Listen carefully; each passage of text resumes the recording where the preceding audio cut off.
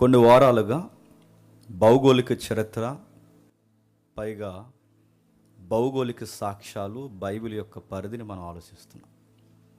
సుమారు క్రమానుగతంగా 2 నిబంధనలు మనం అర్థం చేసుకునే ప్రయత్నం మనం చేస్తున్నాం. ఆ 2 నిబంధనల్ని ఏ విధంగా అర్థం చేసుకోవాలో ప్రయత్నం చేస్తూ ఓవరాల్ వ్యూ అనే ఒక పాయింట్ మీద మనం నిలబడ్డాం. ఎందుకు ప్రతి వారం ఇది జ్ఞాపకం చేయాలంటే, ఇది చరిత్ర తరగతి గనక. జ్ఞాపకం చేయకపోతే ఈరోజు కొత్తగా మధ్యలో కూర్చున్న వారికి అంతా వింతగా ఉంటుంది. అందుకు జ్ఞాపకం చేయాల్సి వస్తుంది. పోయిన వారం తమ్ముడు అన్న జ్ఞాపకం చేయడంలోనే 20 నిమిషాలు అయిపోతుంది అన్న. ఆ 20 నిమిషాలు మళ్ళీ జ్ఞాపకం చేయకపోతే నేను 60 నిమిషాలు చెప్పినా ఇంకెవరికి అర్థమవుతుంది. అందుకు జ్ఞాపకం చేయాల్సి వస్తుంది. ఎందుకంటే నిన్న తిన్న కూరే మనకు గుర్తుండదు. అలాంటిది వారం తర్వాత మళ్ళీ ఆ హిస్టారికల్ సబ్జెక్ట్ లింక్ మీకు స్టార్ట్ చేయాలంటే జ్ఞాపకం చేసుకోకపోతే ఎలా? అందుకని నేను జ్ఞాపకం చేస్తున్నాను. ఓకే, బైబిల్ మనం ఆలోచిస్తూ జియోగ్రఫీ అక్కడి నుంచి మన ప్రారంభమైంది మన జర్నీ. అటుగా బయలుదేరి పాత నిబంధన దాని యొక్క వృత్తాంతం అంటే అవుట్లైన్స్ మాట్లాడుకుంటే ఏంటి దాని వృత్తాంతం అని మనం మాట్లాడుకుంటే దాని ఓవరాల్ పిక్చర్ ఏంటో మనకు అర్థమైంది. తర్వాత క్రొత్త నిబంధన పరిధి ఏంటి మనం అర్థం చేసుకునే ప్రయత్నం చేసాం. క్రొత్త నిబంధన అంటే ఇది అని దాని ఓవరాల్ పిక్చర్ మనం చూసాం. ఇక ఒక్కొక్క పుస్తకం యొక్క బ్యాక్గ్రౌండ్ ఏంటి, మత్తయి నుంచి ఏమి నేర్చుకోవాలి, మార్కు నుండి ఏమి నేర్చుకోవాలి, లూకా నుండి ఏమి నేర్చుకోవాలి, యోహాను నుండి ఏమి నేర్చుకోవాలి, అపోస్తులు, పత్రికలు, ప్రకటన గ్రంథం వరకు ఏమి నేర్చుకోవాలని ప్రయత్నం చేయడానికి ముందు, క్రొత్త నిబంధనలు అడుగులు వేసే ముందు క్రొత్త నిబంధనకి పాత నిబంధనకి మధ్యలో 400 సంవత్సరాల చరిత్ర నిశ్శబ్దం ఉంది. ఆ 400 సంవత్సరాల చరిత్ర మనం ఎందుకు తెలుసుకోవాలి అంటే, కొండల తట్టు నా తల ఎత్తి నీకు మరపెడుచున్నాను, సహాయం ఎక్కడి నుండి వచ్చిన ఆ ఒక్క మాట అర్థం చేసుకోవడానికి జియోగ్రఫీని టచ్ చేసాం. క్రొత్త నిబంధనలు ఏంటంటే మింగుడు పండుగ వచనాలు చాలా ఉన్నాయి. సడన్గా ఒక పండుగ వస్తుంది, సడన్గా భాష మారుతుంది. అనుకోకుండా ఒక వ్యక్తి పరిచయం చేయబడుతూ వీళ్ళ నాన్న గ్రీకులకు సంబంధించిన వాడు అంటాడు. అందులో ఉదాహరణ తిమోతి గారు నాన్నగారు. గ్రీకులని యూదురాలు ఎలా చేసుకుంది, దీనికి హిస్టరీ.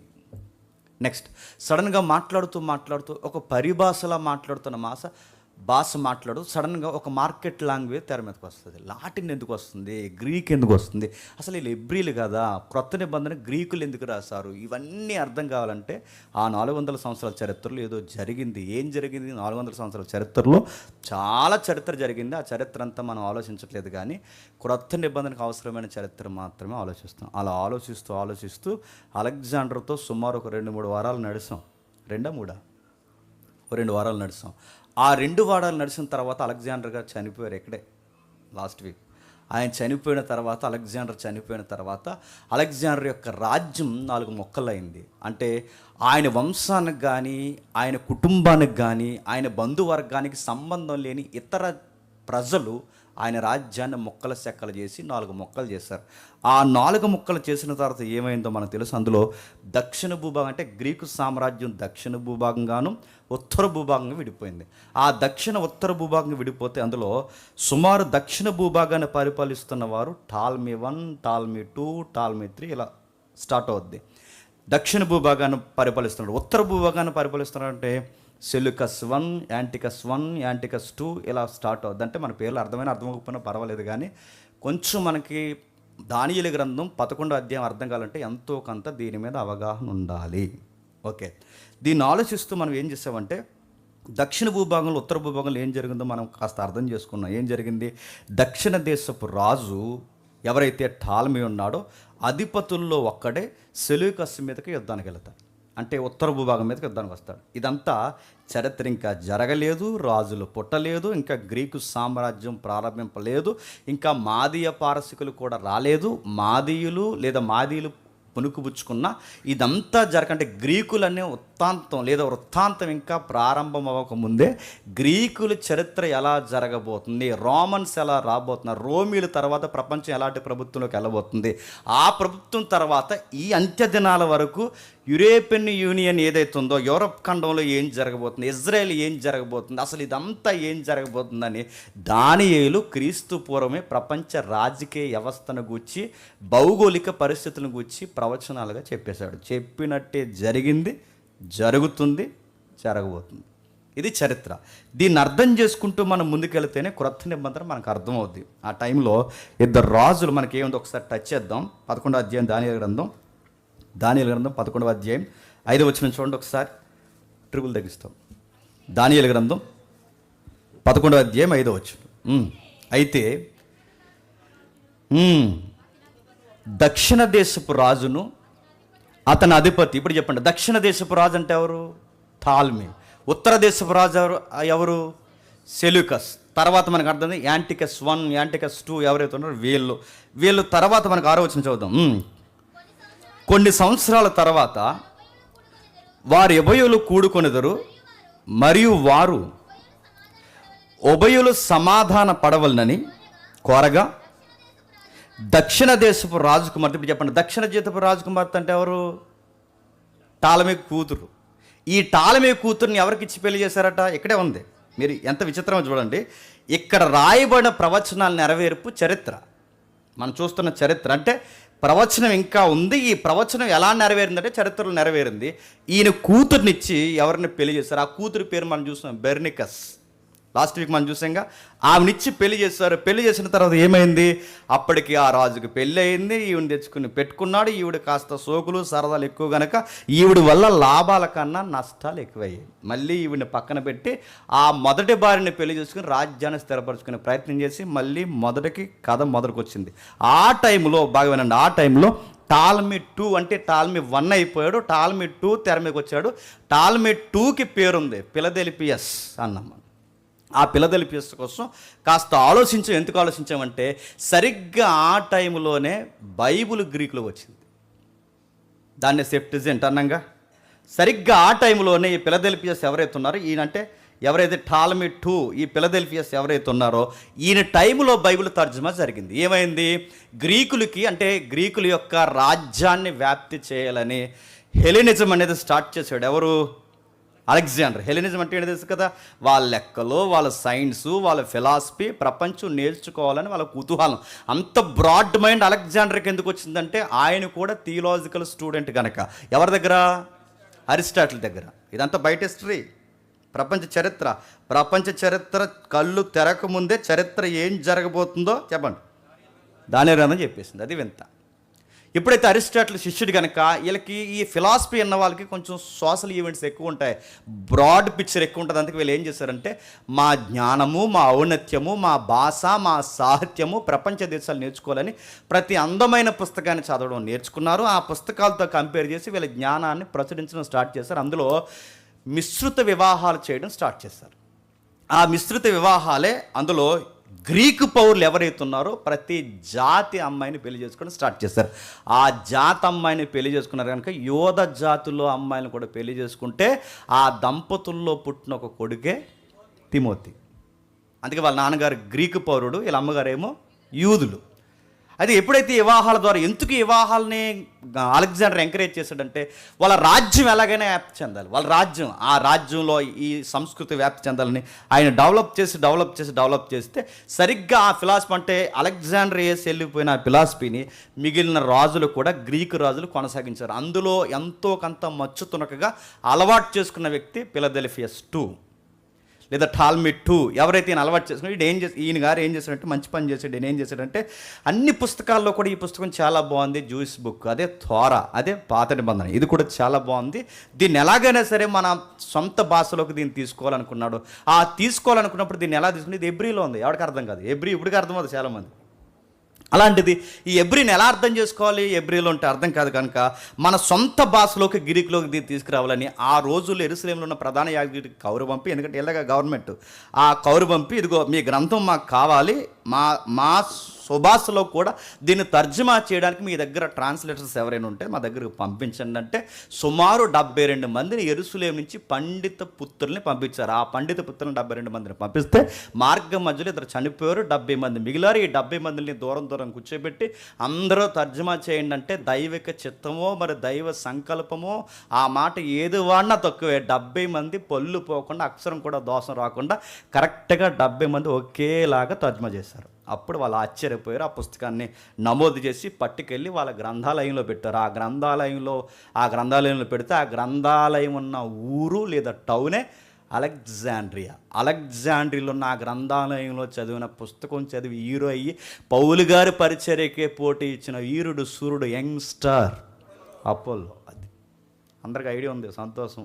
నెక్స్ట్, ఎప్పుడైతే అపోల్లో ఎవరైతే ఇలాంటి వ్యక్తులు ఆ పాత నిబంధన చదివారు, ఇంకా మనకు ఆశ్చర్యకరమైన సంగతి ఏంటంటే పౌలు కానీ, మత్తయి కానీ, మార్కు కానీ, లూకా కానీ క్రొత్త నిబంధన వాళ్ళు రాస్తున్నప్పుడు రెఫరెన్స్ కోట్ చేస్తారు. వీళ్ళు రెఫరెన్స్ కోట్ చేసినప్పుడు ఎవ్రీ రెఫరెన్స్ కోట్ చేయలేదు, మరి 72 మందితో లేదా 70 మందితో ట్రాన్స్లేషన్ చేయబడిన, తర్జుమా చేయబడిన ఆ పుస్తకంలో అంటే గ్రీకు బైబిల్నే కోట్ చేశారు. అందుకే పాత నిబంధన తర్జుమా చేయబడిన ఆ రెఫరెన్స్ని పౌలు కానీ, లూకా కానీ, మత్తయి కానీ కోట్ చేసి క్రొత్త నిబంధన కొనసాగించారు ఈ భక్తులందరూ. అందుకు మనకు కావాలి. అందుకే LXX అనగానే L అంటే 50, X అంటే 10, 10, 10 అంటే 70 మంది. అందుకే ఆ రోమన్ సంఖ్యలో మన తమ్ముడు కొసినట్టుగా నైట్ గ్రౌండ్లో ఆడేమైనా మతిపోయింది, మొత్తం నా క్లాస్ అంతా విన్న తర్వాత ఇలాగైపోయినట్టు అనిపించింది నాకు. ఎవరన్నా అడగండి అని, షర్ట్ మీద XXL ఉంటుంది అదేనా అన్నాడు. మతిపోయింది ఇంక నాకు. ఒరే ఆ XL ఏంటి, XL ఏంటి, ఈ XLకి ఎట్టేవిడ్రా, నా క్లాస్ అంతా ఇలా చేసేవిడ్రా అనుకో. అది రోమన్ అంకె, ఇది సామాన్య భాష, దానికి దీనికి పెట్టకండి. సరే, ఏదైతే XL అయితే ఉందో ఆ XL అంటే 50, XX అయితే 70. ఈ 70 సంఖ్య అంటే దాని సంఖ్య ఉంది. సెప్టుజెంట్ అంటే మనకు తెలుసు Greek translation of old testament అని మీనింగ్. దానికి ఆ మీనింగ్తో పాత నిబంధన ట్రాన్స్లేషన్ జరిగింది. ఆ తర్వాత ఏం జరిగిందో మనకు తెలుసు. కిందికి వచ్చేసరికి ఈ గ్రీకు రాజులు అంటే అలెగ్జాండర్ చనిపోయిన తర్వాత ఫిలదెల్ఫియస్ తన పాత్ర పోషించక ఆయన పాత్ర వెళ్ళిపోయిన తర్వాత దక్షిణ దేశపు రాజు ఎవరైతే టాల్మీ II ఈయన ఎవరైతే ఉన్నాడో, ఉత్తర దేశపు రాజు సెలికస్ II ఎవరైతే ఉన్నారో ఇతని రాజ్యానికి మరలా వచ్చి కాస్త ఊపునందుకుని ఏదో స్థిరపరుద్దాం అనుకునే టయానికి 227లో BC చనిపోతాడని. తర్వాత సెల్యూకస్ III తెర మీదకి వస్తాడు. ఆయన క్యురేనియస్ అనే నేమ్ అక్కడి నుంచి స్టార్ట్ అవుద్ది. 223లో ఆయన చనిపోతాడు. తర్వాత యాంటికస్ III అంటే 11వ అధ్యాయం 10వ వచనంలో చూస్తున్నాం చూసారా, ఆ 11వ అధ్యాయం 10వ వచనంలో ఉన్న వ్యక్తే యాంటికస్ III.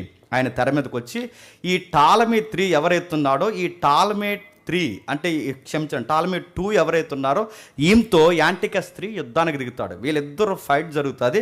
వీళ్ళిద్దరికీ ఫైట్ జరిగినప్పుడు సరిగ్గా 11వ అధ్యాయం 11, 12 వచనాలు ఉన్నాయి చూసారా, అక్కడ దక్షిణ దేశపు రాజు అత్యాగ్రహుడై వారి మీదకి వచ్చాను అని ఉంటుంది. అక్కడ ఆ వచ్చిన వాడు ఫైట్ చేశాడు. ఆ ఫైట్ చేసిన తర్వాత యాంటికస్ IIIతో యుద్ధం చేస్తాడు, కానీ పూర్తిగా గెలవలేకపోతాడు. ఇదంతా పోయిన వారం చూసాం మనం.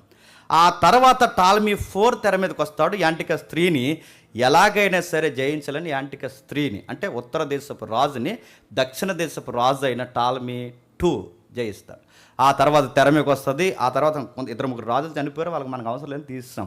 తర్వాత టాలమీ IV తెర మీదకి వస్తాడు. ఈ వచ్చిన వాడు ఏం చేస్తాడంటే యాంటికస్ IIIని ఎలాగైనా సరే మళ్ళీ ఓడించాలనుకుంటాడు. అప్పటికే యాంటికస్ III మనం చూసిన వచనాల ప్రకారం 13 వచనం 15 వచనం ప్రకారం చాలా బలం పొందుకుంటాడు. ఎందుకంటే ఓడిపోయినోడికి బలం ఎక్కువ వస్తుంది. తర్వాత ఆడ బలం పొందుకుని ఎక్కడి వరకు తన రాజ్యాన్ని వ్యాప్తి చేశాడంటే మన ఇండియా బార్డర్ వరకు వ్యాప్తి చేశాడు. ఇది కూడా చూసాం.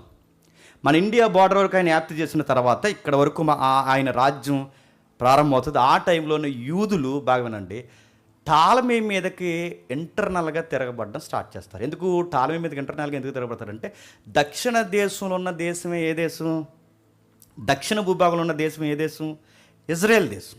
దక్షిణ ప్రాంతాన్ని అందరూ పరిపాలిస్తున్నది ఎవరు, టాల్మిస్. ఉత్తర భూభాగాన్ని అంతా పరిపాలిస్తున్నారు సెల్యూకస్, యాంటికస్, వీళ్ళు పరిపాలిస్తున్నారు. ఈ టాలమీకి బాగా వినండి, ఈ టాలమీకి యాంటీగా తిరగబడి ఎవరైతే ఉన్నారో ఉత్తర దేశపు రాజులకి వీళ్ళు ఇంటర్నల్గా సపోర్ట్ ఇస్తారు. వచనాన్ని ఏమని రాస్తాడంటే ఒకసారి చూడండి, 11వ అధ్యాయం 14 వచనం, 11వ అధ్యాయం 14 వచనం. ఆ కాలమందు అనేకులు దక్షిణ దేశపు రాజుతో యుద్ధము చేయుటకు కూడి వచ్చెదరు. నీ జనములోని బందిపోటు దొంగలు దర్శనమును రుజువుపరచినట్లు కూడుదురు కానీ నిలవలేక కూడుదురు. నీ జనాల్లో ఉన్న వారే వాడికి సపోర్ట్ ఇవ్వడం స్టార్ట్ చేస్తారు. వీళ్ళు కలిసి నిన్ను ఏదో ఎరగదీద్దాం అనుకుంటారు, కానీ వాళ్ళు ఏమి నిన్ను ఎరగదీరు. అప్పటికి రాజులు పేర్లు లేవు, కానీ చరిత్ర ఏం జరగబోతుందో రాస్తాడు. ఎవడే పన్నాగాలు చేస్తాడో ఏం చేస్తాడో అన్నీ రాస్తారు.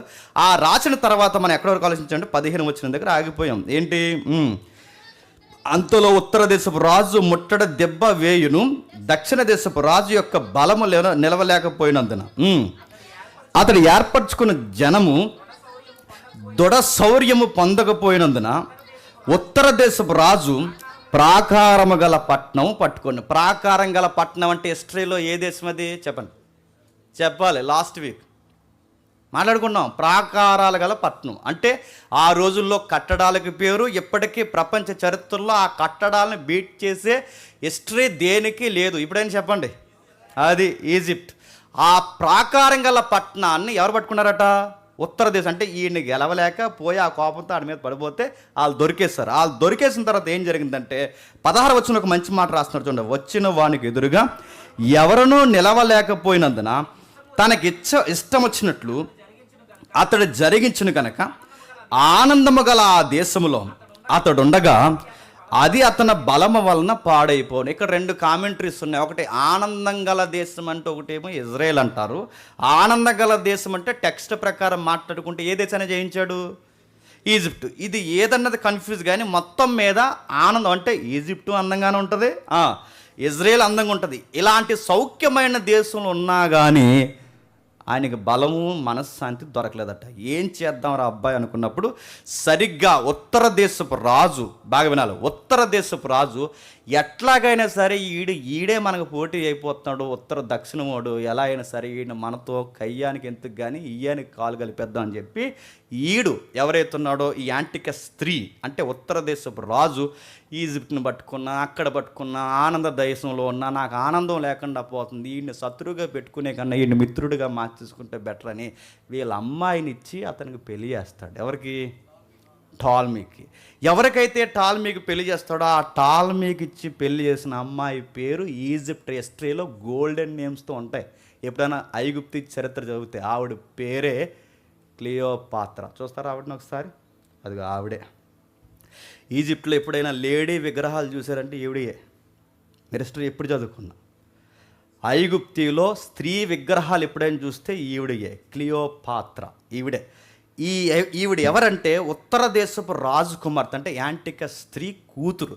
ఈ కూతురుని పట్టుకెళ్ళి టాల్మీ 5కి ఇచ్చి పెళ్లి చేస్తాడు. ఎవరు ఏదోలా మన గొడవలు ఎందుకురా, మన ఇద్దరు ఏదోలా కలిసి ఉందామని తీసుకెళ్ళి పెళ్లి చేస్తారు. అందుకే ఈజిప్ట్కి బాగా వినాలి, ఈజిప్ట్ కంటే టాల్మీ ఎక్కడ రాజధానిగా పెట్టుకుంటే ఈజిప్ట్ని బాగా వినాలి. వాళ్ళకి రాజధానిగా వ్యవహరించేది ఆ ఐగుప్తిని. అంటే అప్పుడు జయించాడుగా, ప్రాకారం గల పట్టణాన్ని జయించాడుగా. అక్కడికి పోయి ఇది కట్నంగా ఇచ్చి నువ్వు ఎక్కడ ఉండని తెస్టేయమని చెప్పి మొత్తం మీద పట్టుకెళ్ళి ఈజిప్ట్కి కోళ్ళగా పంపుతారు. ఈవిడ గారు అక్కడికి వెళ్ళిన తర్వాత ఆడితో సరే కాపురం చేయదు. అక్కడ ఉంది ఆ మాట, చూస్తారు ఒకసారి. ఆ కింద ఉంటుంది చూడండి అక్కడ మాట. ఆవిడ ఇంకా పుట్టలేదు, వాళ్ళ తాత పుట్టలేదు, ఎవరు పుట్టకముందు దానియేలు ఎలా చెప్తున్నాడు చూడండి. అతడు తన రాజ్యం యొక్క ఎన్ని వచ్చిన తమ్ముడు 17 అతడు రాజ్యం యొక్క సమస్త బలమును కూర్చుకొని రావాలని ఉద్దేశింపగా అతనితో సంధి చేయబడును. ఏమనగా నశింపజేయవచ్చిన ఒక కుమార్తెను అతనికి ఇచ్చెదరు. అయితే ఆమె సమ్మతింపక అతడితో బెడ్రూమ్లో కలుసుకోలేదు. టచ్ అయినివ్వలేదంట వాడిని. మా అయ్యి ఇచ్చినంత మాత్రం నువ్వు వచ్చి నాతో కాపురం చేసేస్తే కుదురుతుందా? నాకు వద్దు అందంట. మీరు ఏదో రాజకీయాలు చేసుకుంటే నా మీద పడిపోయి నా జీవితాన్ని మీరు పొత్తు పెట్టేసుకుంటే ఎట్టా కుదురుద్ది? నేను చేయను అందంట కాపురం. మొత్తం మీద గొడవలు అయ్యాయి, తర్వాత హత్య జరిగింది, ఆ తర్వాత రకరకాలు జరిగాయి. క్రీస్తు పూర్వం 1903లో ఈ పెళ్లి చేసేసారు వీళ్ళిద్దరికి. ఆ పెళ్లి చేస్తే ఐగుప్తికి తీసుకెళ్తే ఐగుప్తికి వెళ్ళిన తర్వాత టాల్మీ 5 క్లియోపాత్రను ముద్దుగా ఈ పేరు పెట్టుకున్నాడు అనమాట. ఇంతకీ ఈ పేరు ఎక్కడదంటే అలెగ్జాండర్ గారికి ఒక చెల్లి ఉంది. చెల్లు అక్కో సోదరు అన్నారు, మరి సిస్టర్ అంటే అక్కో చెల్లో చెప్పలేం కదా. ఆయనకు ఒక సిస్టర్ ఉంది, మరి అక్కో చెల్లి అనుకుంటున్నాను నేను. ఎవరైతే ఉన్నారో అలెగ్జాండర్ గారి యొక్క సహోదరి పేరే క్లియోపాత్ర. ఆ పేరు క్లియో అంటే కీర్తి. ఇంకా మిగిలిన పదానికి అర్థం ఏంటంటే తండ్రికి మహిమను తెచ్చే కూతురు అని అర్థం. ఆ పేరు అర్థం. ఎప్పుడైతే ఆ పేరుని పెట్టారో ఆమె వెళ్ళి సరిగ్గా కాపురం చేయకపోతే ఆవిడ గారు 4-5 పెళ్ళిళ్ళు చేసుకున్న చరిత్రలో ఆ పెళ్ళిళ్ళు కూడా మనకి ఎందుకు కానీ మొత్తం మీద చేసుకుంది. ఆ తర్వాత జరిగిన వ్యవహారం ఏంటంటే ఈ యాంటికస్ స్త్రీగడి ఎట్టాగైనా సరే మెల్ల ఉంచేయాలని చెప్పి చరిత్రలో జరిగింది. తన సొంత భార్యని గిఫ్ట్గా ఇచ్చాడు ఆడికి. సొంత భార్యని ఎప్పుడైతే గిఫ్ట్కి ఇచ్చాడో ఆ గిఫ్ట్కి ఇచ్చిన తర్వాత కూడా పన్నాగాలు రకరకాలుగా తిరిగితే సరిగ్గా అదే టైంలో 18వ వచనంలో ఏం జరిగింది చూడండి. బాగా వినాలి, గవర్నమెంట్ మారుతుంది ఇక్కడే. ఇప్పటివరకు బాగా వినండి. బబులోను, మాదీయ పార్సికులు, చెప్పండి గ్రీకులు, ఈ ఆడవాళ్ళు ఇన్వాల్వ్మెంట్ జరిగిన తర్వాత ఈ పెళ్ళి దారిలోంచి అడావుల్లోంచి గవర్నమెంట్ ట్రాక్ మళ్ళితే సరిగ్గా ట్రాక్ మళ్ళుతున్న టైంలోనే కొత్త ప్రభుత్వం ఊపందుకుంటుంది. ఇప్పుడు 4వ ప్రభుత్వం, కొత్త ప్రభుత్వం ఏ ప్రభుత్వం చెప్పాలి? రామా ప్రభుత్వం తెర మీదకి వస్తున్నది ఎక్కడి నుండే. ఎలా ఒకసారి చూద్దాం. ఒకసారి 18 చూడండి. అతడు దీపముల జనముల తట్టు తన మనస్సును త్రిప్పుకొని అనేకులు పట్టుకొనెను. అయితే అతని వలన కలిగిన అవమానము ఒక అధికారి నివారణ చేయును, మరియు ఆ అవమానము అతని మీదకి మరలా వచ్చినట్లు చేయును, అది అతనికి రాకపోవును. బాగున్నా, దీపముల జనముల తట్టు. మీరు హిస్టరీలో ఎతకండి. దీపముల జనముల తట్టు అంటే ఆ దీపాల జనవాసులు ఎవరో తెలుసా? రోమీలు. ఎవరు? ఇతగాడికి ఈ స్థానిక గొడవలు, ఉత్తర భూభాగంలో గొడవలు, దక్షిణ భూభాగంలో గొడవ, ఇలా గొడవలు పిచ్చెక్కిపోయి ఈ టైంలో ఎన్ని ఎత్తుగళ్ళేసిన ఇతనికి ఆ రాజకీయం తను దిక్కకపోయేసరికి ఇతగాడి మనసులు ఎక్కడ పడిందట? ఆ దీపాల మీద పడి వాళ్ళని ఎలాగైనా జయించేద్దాం అనుకుంటే వాళ్ళని ఈయన జయించేయడం కాదు, చెప్పండి, వాళ్ళే అవమానించి పంపించేశారట. ఎప్పుడైతే అవమానించి పంపించేశారో ఆ టైంలో ఇతగాడు తట్టుకోలేక, బాగా వినండి, అతగాడు తట్టుకోలేక యాంటిక స్త్రీ ఆ అవమానం తట్టుకోలేక ఆ బాధలో కూరుకుపోయి యాంటిక స్త్రీ చచ్చిపోయాడు. అయిపోయిందిగా. యాంటిక స్త్రీ ఎప్పుడైతే చనిపోయాడో యాంటికస్ 4th తెర, వీడి గురించి జాగ్రత్తగా వినండి. ఆ 4th తెర మీదకి వచ్చాడు. ఆడి పేరే ఎపిఫనస్. వీడి పేరే మర్చిపోయాను నేను. ఈడు తెర మీదకి వచ్చాడు. ఎక్కడి నుంచే రాజకీయం కొత్త ఊపందుకుంది. ఎక్కడి నుంచే యోధా దేశంలో విప్లవాలు ప్రారంభమయ్యాయి. ఎక్కడి నుంచే క్రొత్త నిబంధనలో కొత్త జాతి విప్లవాలు, మత విప్లవాలు రావడానికి కారణం ఈ మనిషే. అవి చూసారా ఎలా ఉన్నాడు? ఆడే ఎపిఫనస్ అనేవాడు. ఎవడైతున్నాడు ఇతగాడు అంటే ఉత్తర దేశంలోంచి అంటే యాంటికస్ 3 చనిపోయిన తర్వాత యాంటికస్ 4 అంటే ఎపిఫనస్ తెర మీదకి వచ్చాడు. ఈడు వచ్చిన తర్వాత ఏం చేసుకున్నాడు? ఈడు కావాలని ఈ పేరే వేసుకున్నాడు. ఏ పేరు? ఎపిఫనస్. అంటే దాని అర్థం ఏంటంటే ప్రత్యక్షపరచబడిన దైవ స్వరూపం అని అర్థం. ఈడు దేవుడి స్వరూపం అంటే చూడండి ఎలా ఉన్నాడు. ఆడికి ఆడే పేరెట్టేసుకుని నేను దైవ స్వరూపం, నాకు దండం పెట్టాలి, నాకు వంగాలి, నేను చెప్పినట్టు ఆరాధన జరిగించాలి, అది నీ గుడైనా నా గుడైనా ఏ గుడైనా చెప్పేది యాజకుడి కాదు అయ్యా, నేను చెప్పినట్టు చెయ్యాలని రంకెలేసి బెదిరించి లంచాలిచ్చి యాజకులను చంపి వాడి ఇష్టానుసారంగా పెట్టరేగిపోయి ఈడు అవమానాలు ఎక్కడెక్కడ పొందాడో అవమానాలతో పొందిన అవమానాల్ని శత్రువులు బలవంతులైతే ఆ బలవంతుల్ని ఏమీ చేయలేక అమాయకుల మీద పడిపోయి అమాయకుల్ని చంపడం స్టార్ట్ చేశాడు. ఆ ఏరియాలో ఉన్న అమాయకులు ఎవరంటే యూదులు. ఆ యూదుల మీద పడిపోయి వాళ్ళ దేవాలయంలో అడుగులు పెట్టి వాళ్ళ దేవాలయంలో బలిపీఠాన్ని చెడగొట్టి ఆ దేవాలయంలో ఉన్న ఆ బలిపీఠాన్ని అపవిత్రపరచడానికి పందిని బలేసాడు ఈ పెద్ద మనిషి కావాలని. ఇశ్రాయేలు ధర్మశాస్త్రం ప్రకారం పంది హేయమైనది. ఇశ్రాయేలు ధర్మశాస్త్రం ప్రకారం దేవాలయంలోకి హేయమైన జంతువు రాకూడదు. వీడికి కావాలని తెచ్చి జియోస్ దేవత ఉంటుంది. ఈ జియోస్ గ్రీకు దేవత, జియోస్ దేవత ఉంటుంది అంటే పందాకారంలో ఉంటుంది. నేను నిన్న మొన్న పొద్దుట ఉదయం నిన్నో నాకు తెలియదు, వెహికల్ మీద వెళ్తుంటే అంత లేడీస్ స్వరూపం, ముఖం మాత్రం పంది ఉందండి. మరి అది ఏ దేవత నాకు ఇంకా తెలియదు. మరి ఇక్కడ మన ఏం ఇవన్నీ అక్కడే కాపీ ఎక్కడే పంది నడుతున్నాను అంటే సగం పంది సగం స్త్రీ దేహం. ఈ జియోస్ దేవత ఎవరైతున్నారో ఆ దేవత విగ్రహాన్ని పెట్టించి బలిపీఠం కట్టి ఎక్కడ సొలొమోను మందిరంలో కట్టించి బలిపీఠం ఎక్కించి నరికి ఎవడొస్తాడు రండ్రా ఈ దేవుడిని అంటే ఈడే దేవుడు, ఈ దేవుడిని ఎదిరించాడు ఎవడున్నాడు రండ్రా నాకు నచ్చినట్టు చేస్తా అన్నాడట. ఇంకేం చేశాడు? కింద రాస్తున్నాడు చూడండి. ఇంకేం చేశాడు? 21వ వచనంలో అతనికి బదులుగా చూసారా ఎలా అన్నాడు? నీచుడు. ఈడెవరండి? యాంటికస్ నీచుడు. వాడి గురించి మాట్లాడుకున్నాడు దరిద్రుడు, వాడు పనికి మాలినోడు, వాడు దేవుడు మహిమా స్వరూపాన్ని దొంగిలించే సాతానికి ప్రతినిధి. వీడు ఒక నీచుడు. ఇంకా కిందకి అంటున్నాడు చూడండి. అతనికి రాజ్య ఘనత ఈరు గాని నెమ్మది కాలమందు అతడు వచ్చి ఇచ్చకపు మాటల చేత రాజ్యమును అపహసించును. ప్రవాహం వంటి బలం అతను ఎదుటి నుండి వారిని కొట్టుకుని పోవుట వలన వారు నాశనమగుదురు. సంధి చేసిన అధిపతిని సహా నాశనమగురు. వీడు ఏం చేస్తున్నాడు? వీడికి సంధి చేసే అధికారులు ఉన్నారు, సంధి చేసే వ్యక్తి ఉన్నాడు, కళ్ళబొల్లు మాటలు చెప్తాడు. 1-2 కాదు. ఇతగాడు చేసే పని ఏంటంటే, వీడు ఓడిపోయిన కోపంతో, ఐగుప్తిని గెలవలేకపోయిన కోపంతో, సరిగ్గంటే ఈ ప్రాకారం గల పట్టణాలు ఎవరి అండర్లో ఉన్నాయి? టాలమీ అండర్లో ఉన్నాయి. అంటే ఈ పెళ్ళిళ్ళ కార్యక్రమంలో ఒకరికొకరు పంచుకున్నారుగా, ఆ పట్టణాన్ని ఎవరైతే స్వాధీనపరచుకోవాలని, ఆ ఐగుప్తిని ఎలాగైనా గెలవాలంటే ఐగుప్తి మీద ఓడిపోయి దీప నివాసుల దగ్గరికి వెళ్ళలేక, అటు ఇటు చేయలేక అమాయకంగా దొరికింది ఎవరంటే యూదులు దొరికారు. ఆ యూదుల మీద పడిపోయి మాట్లాడుతుంటే హిట్లర్ కన్నా ముందే యూదుల్ని ఘోరంగా చంపినాడు ఎవడో తెలుసా? ఈడే.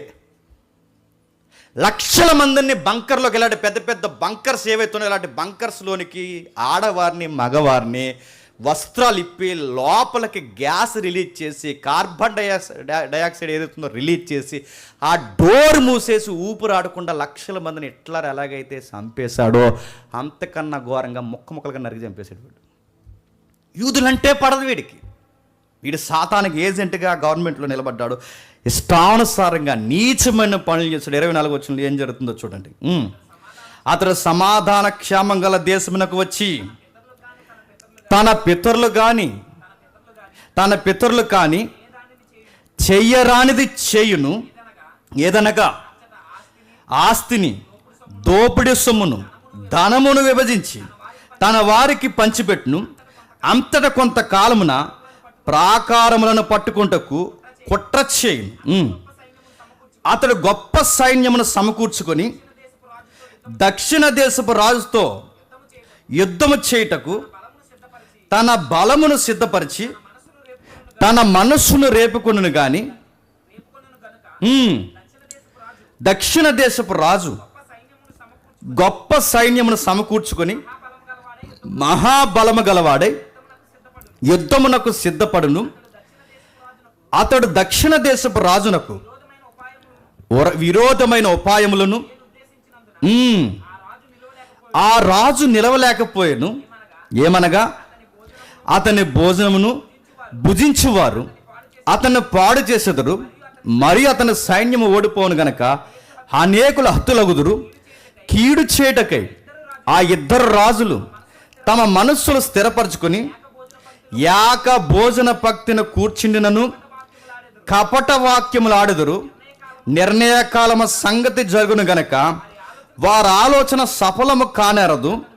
అతడు మిగుల ద్రవ్యము గలవాడై తన దేశమునకు మరలును, మరియు పరిశుద్ధ నిబంధనకు విరోధమైన ఇష్టానుసారముగా జరిగించి తన దేశానికి వెళ్ళిపోను. పరిశుద్ధ నిబంధనకు విరోధంగా జరిగించడం పందిని వధించడం. యూదుల్లో ఎవరైతే ఉన్నాడో ఈడే అహరోను క్రమంలో వచ్చే యాజకుల్ని వీడే మార్చేసి డబ్బిచ్చిన వారిని యాజకులుగా పెట్టి మాటనని యాజకుల్ని చంపేసి, ఆయన కాదయ్యా యాజకుడిని నేను ఉంటానని నాలాటోడు ఎవడో వెళ్ళి రికమెండేషన్ చేసుకుంటే ఆ చక్కగా చేస్తున్న యాజకుడిని చంపేసి కళ్ళబొల్లు మాటలు, ఇచ్చకపు మాటలు, అబద్ధాలను చెప్పి రాజకీయం గూడు కట్టి రకరకాల పనులు చేసి జాతకమేనండి మొత్తం ఎదుటి దేవాలయాన్ని, దేశాన్ని, యూదుల్ని, పవిత్ర గ్రంథాన్ని వీడికి నట్టు చేయడం స్టార్ట్ చేశాడు. వీడి ఇష్టానుసారంగా చేసి ఇక పూర్తిగా యెరూషలేము పట్టణాన్ని నేను టేకప్ చేయాలి, పూర్తిగా నా స్వాధీనంలోనికి పాలస్తీనా ఆవలంటే కానాను ఆవల నది ఆవల పూర్తిగా నా అండర్లోకి నేను తెచ్చుకోవాలని ఎప్పుడైతే వీడు అనుకుంటున్నాడో సరిగ్గా మళ్ళీ కొత్త గవర్నమెంట్ తిరగబడింది. ఎవరా గవర్నమెంట్ చెప్పండి? రోమీలు. ఎలా తిరగబడ్డారు? 29 వచనంలో చెప్తున్నాడు చూడండి. 29 వచనం, నిర్ణయకాలమందు మరలా దక్షిణ దిక్కుకు వచ్చును గాని మొదటనున్నట్టు వాటికి కనబడదు, కడపటనుండదు. అంతటా కిత్తీల వాడలు. ఎవరట? కిత్తీల వాడలు. దీప నివాసులన్నా కిత్తీల వాడలన్నా గుర్తుపెట్టుకోండి, రోమ్ నౌకాదళంలో పనిచేస్తున్న సైనిక బలగాలు. అంటే అక్కడ తెస్టేసి కూర్చున్నాయట. కిత్తీల వాడలంటే రోమ్ నౌకాదళం అక్కడ ఉందట. ఈ నౌకాదళాన్ని దాటి వెళదామనుకుంటే అడిగట్టి ఎలా ఉంటుందో చూపిస్తామన్నారట. అంటే రోమ ప్రభుత్వం ప్రత్యక్షంగానో పరోక్షంగానో ఎవరికి సపోర్ట్ ఇచ్చింది? యూదులకి సపోర్ట్ ఇచ్చింది. ఎప్పుడైతే నువ్వు ఎలా వస్తావో చూస్తాం, ఎలా దాడుతావు నువ్వు చూస్తావు, వీడు ఎప్పుడైతే అన్నారో ఆ ఓడల దెబ్బకి లేదా ఆ సైన్యం దెబ్బకి వీడు తెర మీదకి రాకుండా ఆగిపోయాడట. ఆ కోపంతో వీడు ఏం చేశాడంటే మళ్ళీ ఆ జూస్ దేవకి పూజలు వేయండిరా అని కొత్త యాజకులను పెట్టి క్రీస్తు పూర్వం 167 డిసెంబర్ 16వ తారీఖున అధికారికంగా పందెం వధించాడు. నా మాటలు అర్థమవుతున్నాయా? క్రీస్తు పూర్వం 167 డిసెంబర్ 16వ తారీఖున అధికారికంగా పందెం వధించి ఇటు రోమీలను ఎదిరించలేక అటు ఐగుప్తీలు ఎదిరించలేక ఆ పెద్ద రాజ్యాలను ఏమనలేక ఎవరమే పడిపోతున్నాడో దొనపొద్దు దెబ్బలాడుకుని యూదులమే పడిపోతున్నాడు. ఆ పడిపోయి ఏం చేశాడంటే కొంతకాలం 30 వచ్చిన 30 అంతర కిత్తీలో ఓడలు అతని మీద వచ్చిన వలన అతడు వ్యాకులపడి మరలి పరిశుద్ధ నిబంధన విషయంలో అత్యాగ్రహం గలవాడే ఇష్టానుసారంగా జరిగించచ్చు అతడు మరలి ఏంటంట అతడు మరలి పరిశుద్ధ నిబంధనలను నిషేధించిన వారు ఎవరని విచారించును అతని పక్షమున సూర్యులు లేచి పరిశుద్ధ స్థలం అంటే మనం గుర్తుపెట్టుకోవాలి, బండగా యెరూషలేము స్థలం దేవాలయం. ఆ పరిశుద్ధ స్థలపు కోటను అపవిత్రపరిచి అనుదిన బలిను నిలిపివేసి నాశనమును కలగచేయి హేయమైన వస్తువును నిలబెట్టుదురు అన్నారట. అప్పటికి హిస్టరీ జరగలేదు కనుక నిలబెట్టాడు. ఎవరు? అడిగాడు. ఆ హేయమైన వస్తువు అంటే పంది. అక్కడ హేయమైన వస్తువు అంటే జియోస్ దేవత ఉంది చూసారా, ఆ దేవత నిలబెట్టి బలిపీఠం గట్టి ఆ పందిని వదిలించి కావాలని ధర్మశాస్త్రానికి పరిశుద్ధ గ్రంథానికి పరిశుద్ధ స్థలానికి వ్యతిరేకంగా కావాలని చేశాడు. ఎందుకు? వాళ్ళ మీద ఉన్న కోపం వీడు ఎవరి మీద జీవిస్తున్నాడు చెప్పండి? దేవుని సన్నిధి మీద జీవితం. పోయే కాలం ఇదంతా. అప్పుడప్పుడు చూసారా ఆడాడు గొడవ పెట్టుకుని సంఘం మీద కోపం పెడతారు, పోతారు త్వరలోనే చెరువులోకి ఇద్దరు. ఈడు ఎవరి మీద కోపం ఉంటే వాడు నువ్వు చూసుకోవాల్సింది పోయి నీకు సన్నిధి మీద కోపం ఏంటి? నీకు పందిని తెచ్చావు, నీ ఇష్టం వచ్చిన వధించావు, దేవత నిలబెట్టావు. ఇలాంటి టైంలో దేవత నిలబడినప్పుడు యాంటికస్ 4 అంటే ఎపిఫనస్ని ఎదిరించడానికి మక్కాబీలు అని ఒక విప్లవం తెర మీద వచ్చింది. బాగా వినాలి. ఎవరట? మక్కాబీలు. ఎవరైతే మక్కాబీలు అంటే వీడిని ఎలాగైనా ఎదిరించాలి, వీడిని ఎలాగే చూస్తూ ఉంటే ఇప్పుడు బలిపీఠం ఎక్కాడు, రేపు మందసం ఎక్కుతాడు, రేపు పొద్దున మన దేవుడిని ఎదిరిస్తాడు, ధర్మశాస్త్రాన్ని బాహాటంగా అవమానిస్తాడు. ఇలానే వదిలేస్తే మన దేవుని సన్నిధి కళ్ళ ముందు ఇంత అవమానం పొందుతుంటే మనం చూస్తూ ఊరుకుంటామని విప్లవకారులు తెర మీదకి వస్తే ఆ విప్లవాన్నే మక్కాబీల విప్లవం అంటారు. ఇది ఎందుకు మాకు కావాలి? పరిసయ్యులనే ఒక పాయింట్ నీకు అర్థం కావాలంటే ఆ పరిసయ్యులు ఎక్కడి నుండి వచ్చారు? మక్కాబీల పిల్లలే పరిసయ్యులు. పరిసయ్యులు అంటే ప్రత్యేకింపబడినవారు. దేనికోసం ప్రత్యేకింపబడినవారు? ధర్మశాస్త్రానికి కానీ పరిశుద్ధ స్థలానికి కానీ యెహోవాకు కానీ అవమానం తెచ్చేవాడు అధికారైనా సరే ఆడు కూర్చి కింద బాంబు పెడతామని ఫామ్ అయిన గుంపులు పేర్లే చెప్పండి, మక్కాబీలు, పరిసయ్యులు. నెక్స్ట్ 2 అంటే సుమారు క్రీస్తు పూర్వం 167 ఇది ప్రారంభమైతే ఆ తర్వాత ఏం జరిగిందో ఒక్కసారి 33 వచ్చిన చూడండి. 33 వచ్చిన మక్కాబీల కోసం ఇది 33 వచ్చిన జనములలో బుద్ధిమంతులు అంటే ఎవరు? మక్కాబీలు. జనములలో బుద్ధిమంతులు అంటే మా దేవుని మందిరాన్ని, మా దేవుని యొక్క పరిశుద్ధ స్థలాన్ని పాడు చేసి అనేకులను అవహేళన చేస్తున్నారని మళ్ళీ ధర్మశాస్త్రాన్ని బోధించే బుద్ధిమంతులు అనేకులు బోధించదని కానీ వారు బహుదినములు ఖడ్గము వలనను అగ్ని వలనను కృంగి చెరపట్టబడి హింసింపబడి ఈ వచనం చదువుతుంటే మీకు ఏదో గుర్తు రావాలి చెప్పండి? ఏదైతే 33వ వచనం చదువుతున్నామో ఈ 33వ వచనం చదువుతుంటే క్రొత్త నిబంధనలో ఏదో వచనం మీకు గుర్తు రావాలి. ఖడ్గము చేత చంపబడరి, అరణ్యములోనికి పారిపోయిరి, గొర్రె చర్మాలు కప్పుకొనరి, దేశంపడి ఖైదీల్లో ఉండి చెరపెట్టబడి అవయవాలు కోల్పోయిరి, తమ వారిని కోల్పోయారని చదువుకుంటామే. ఆ సెన్స్ దేన్ని బట్టి రాసిన వచనమో తెలుసా? మక్కాబీల పోరాటంలో గుర్తుపెట్టుకోండి. బైబిల్ని కాపాడడానికి, ధర్మశాస్త్రాన్ని కాపాడడానికి, దేవాలయాన్ని కాపాడుకోవడానికి, ఇలాంటి పనికి మాలివాడి చేతిలో నుంచి పరిశుద్ధ స్థలాన్ని కాపాడుకోవడానికి ఖడ్గానికి వెదిరెళ్ళిపోయారంట ఆ బుద్ధిమంతులు. అయ్యా ఏం చెయ్యొద్దయ్యా, దయచేసి మా దేవాలయాన్ని ఏం చేయొద్దు, అవసరమైతే మా ప్రాణాలు తీసేయండి. గుప్పెట్లో ప్రాణాలని గుప్పెట్లో పెట్టుకుని అడవిలకి పారిపోయారు, కానీ ఆడి మాట వినలేదంట. నీ పందిరి మొక్కమన్న మొక్కం, నీ జీవోదేవతను మొక్కమన్న మొక్కం, మా దేవునికి వ్యతిరేకంగా నువ్వు ఎన్ని చట్టాలు చేసినా మేము చేయం కనుక చచ్చిపోతాం, కానీ నీ మాట వినమన్నారంట. ఈ మాటనే ఇక్కడ రాయబడిన ఈ బుద్ధిమంతుల మాటని ఎబ్రీ పత్రికలో మనం చదువుదాం ఒకసారి బాగుంటుంది. ఒకసారి చదువుదామా? ఎబ్రీలకు రాసిన పత్రిక 11వ అధ్యాయం, ఎబ్రీలకు రాసిన పత్రిక 11వ అధ్యాయం 36వ వచనం నుండి.